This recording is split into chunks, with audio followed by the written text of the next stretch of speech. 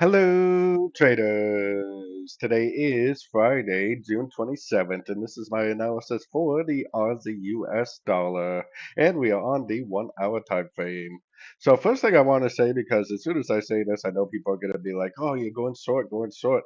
I'm not going short because the monthly is up, the weekly is up, and the daily time frame is up. So, I am definitely not sorting anything yet. Now, we are getting some lower highs in an uptrend.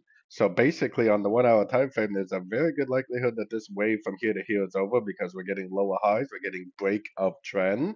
So we are most likely either in a pullback to this last wave, or maybe we are in a very early stages of a reversal on the higher time phase. The problem I have is if I go up to the daily, yes, we're at the 61%, but prices already pulled back from this area once. And if this is really a wave one, a WXY of wave two, and we're currently in a wave three, it might just continue to make small pullbacks and it might just continue to trend.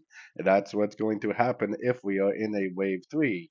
So, like I said, back down on the 1 hour time frame, I got my Fibonacci retracement from here to here. This trend from here to here is likely over, meaning that it probably will go down to the someplace between the 38 and 78% of this move up.